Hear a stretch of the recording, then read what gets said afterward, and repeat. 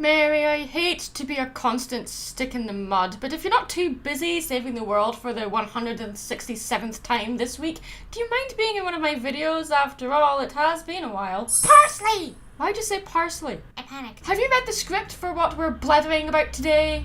Cabbage!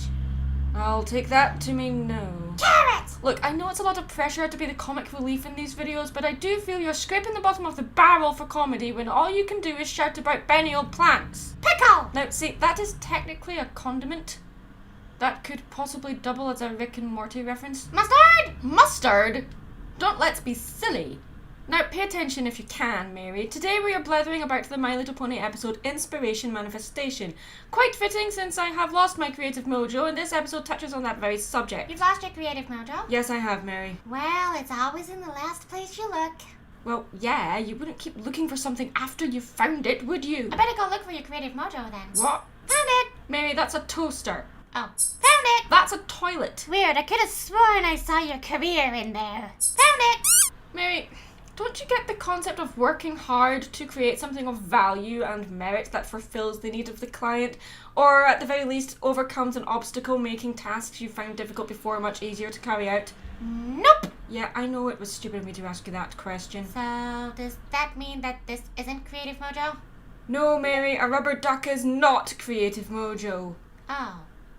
What is the primary function of a rubber duck anyway? What's your primary function? Comic relief! She's got me there. Let's take a look at Inspiration Manifestation and hope that this opens your eyes to the concept of accomplishment from hard work and perseverance instead of convenience and spontaneity. The episode starts with Pinkie Pie shouting about the Ponyville Foal and Philly Fair. It's sort of like a county fair, I guess. We see Rarity is preparing for the fair as well. Just because the attendees are young doesn't mean they don't deserve my very best creative work. A statement the entire staff at Sony Pictures and Illumination need to get tattooed to their foreheads. She is building a puppet theatre which she firmly believes will be the talk of the Foal and Philly Fair. Spike praises her for the creation and says it's inevitable that it would be because Rarity was the one making it. You know, because Spike wanted to have an interspecies relationship with Rarity is still a thing in this show. But when showing the puppet theatre to the puppet master, he says it is completely unusable and impractical without explaining why, and walks away, leaving Rarity heartbroken. Now, here's the thing on how this episode is relevant to creativity. When commissioning an artist, the client should try their best to explain in full the purpose of the piece they are requesting and give details wherever possible so the artist produces exactly what they need so the artist doesn't waste time or materials. I'm assuming that the puppet master was either vague in his commission request and gave Rarity creative freedom, which resulted in him not getting what he actually wanted. Both Rarity and the puppet master are at fault here, really, but it would have helped if the episode had a scene of the puppet master actually ordering his puppet theatre so we could understand his criticism of the final product. As the artist, Rarity should have made sure to ask for more details before taking on the project, and the puppet master, upon seeing the final product, should have said in a more tactful way why it was unsuitable instead of pointing out the flaws and just walking away. Constructive criticism should point out the flaws as well as how to fix them. Spike tries to console Rarity by giving her constant praise, which seems to do more harm than good.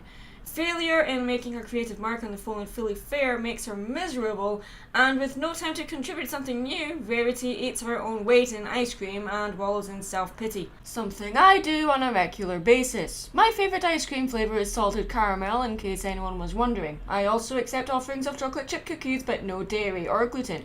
I'm trying to cut down. Knowing how much this means to Rarity and feeling like it's his responsibility to come through for her during her time of need, Spike goes through the old princess's castle and searches for something that would help her make something in time for the fair.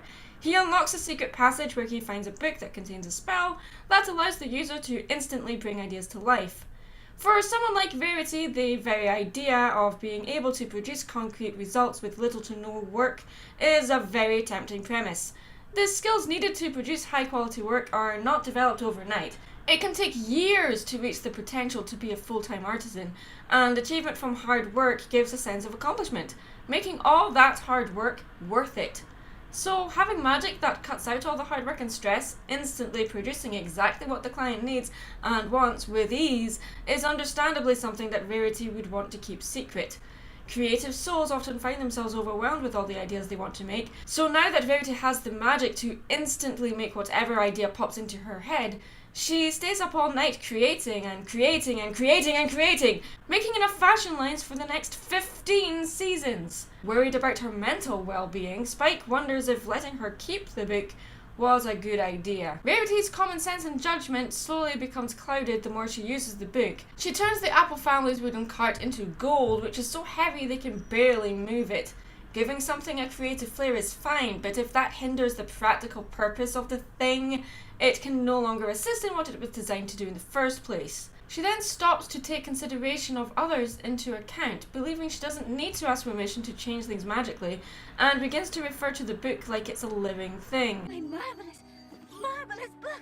Insert painfully obvious Gollum from Lord of the Rings reference joke here. Spike seems unable to not give Verity praise for what she's creating, no matter how over the top or impractical or even dangerous some of the changes are. What does a bird know about architectural design? Everything? Unfortunately, that only makes things worse, and Rarity goes full-on supervillain mode, wanting to take over the world with her fabulous changes. Spike finally tells Rarity what he truly thinks of the changes, telling her that she's been changing everything but not actually making anything better, thus finally breaking the spell. Being a supportive friend means to tell your friend the truth, not give them constant praise. Sometimes the more you praise someone, the more you are actually hurting them. I felt the episode missed a chance of giving a good lesson on how to give constructive criticism. It wasn't really about telling the truth, but rather knowing when and how to explain to someone what they're doing wrong when it comes to creativity. I have said before that constructive criticism should point out our flaws and mistakes while also giving tips and tools to fix them so we can actually improve. Spike's constant praise and adoration came from a place of support, and so should constructive criticism. If you want someone to improve their skill, you should point out where you think changes can be made to make things better. At the same time though, pointing out flaws like the Puppet Master did without explaining how to make the theatre better was not constructive in any way. As a client, the Puppet Master should have taken responsibility for Rarity's first creation instead of being tactless in his feedback. A part of me feels that the episode could have had better structure if Rarity made the puppet theatre from scratch without the spell at the end of the episode, delivering the new theatre to the Puppet Master, giving her a chance to apologise and giving him a chance to take responsibility for the obvious lack of communication. Having Rarity under pressure and a time limit to produce something of creative merit for the fair wasn't really needed in order to teach this lesson or moral properly in this episode, at least in my opinion. I also feel that Spike should have faced more consequences for taking a spellbook from the Sisters' Castle without Twilight knowing, especially considering what could have happened to Ponyville and the rest of Equestria if he didn't break the spell in time. Still, seeing Twilight angry about having to rope in Princess Cadence and Princess Luna to clean up all the dark magic was pretty funny. Maddie, I have found your mojo. Mary, that's Lord Insert Name here. Wait, what?